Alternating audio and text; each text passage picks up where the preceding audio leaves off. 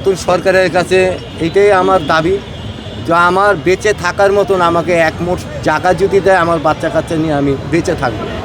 আনত আমার বাঁচার মতন কোনো অধিকার নেই। পৃথিবীর শহীদ মিনারের থেকে আমি ঢাকার শহীদ মিনারে চলে আসছি।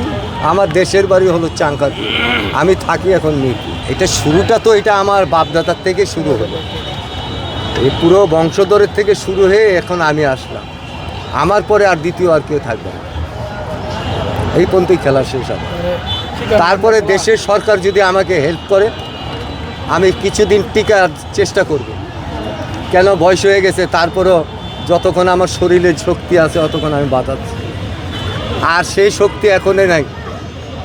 এখনো সরকার যদি আমার প্রতি দৃষ্টি রাখে তাহলে আমি বেঁচে থাকবো, আর না তো বেঁচে থাকার মতন কোনো কায়দা নেই। এইটাই পেশা, এইটাই নেশা। আমি নিজেই শিল্পী, আমি শিল্পীর বংশ থেকে শিল্পী হলাম। তারা এই পেশায় আসতেছেন, তারা বিভিন্ন কাজে জড়িত হয়ে গেছে। লেখাপড়া শিখেছি, তারা গ্রিলের কাজ করে। এক মেয়ে এক ছেলে, আমার কোনো মতো বেঁচে থাকা যায়, বাট এর থেকে বেশি আর কোনো কিছুই না। দেখেন শিল্পীরা ভাতা পায়, সে ভাতা আমাকে এই পর্যন্ত আমার কোনো খোঁজ খবরে নেয়নি।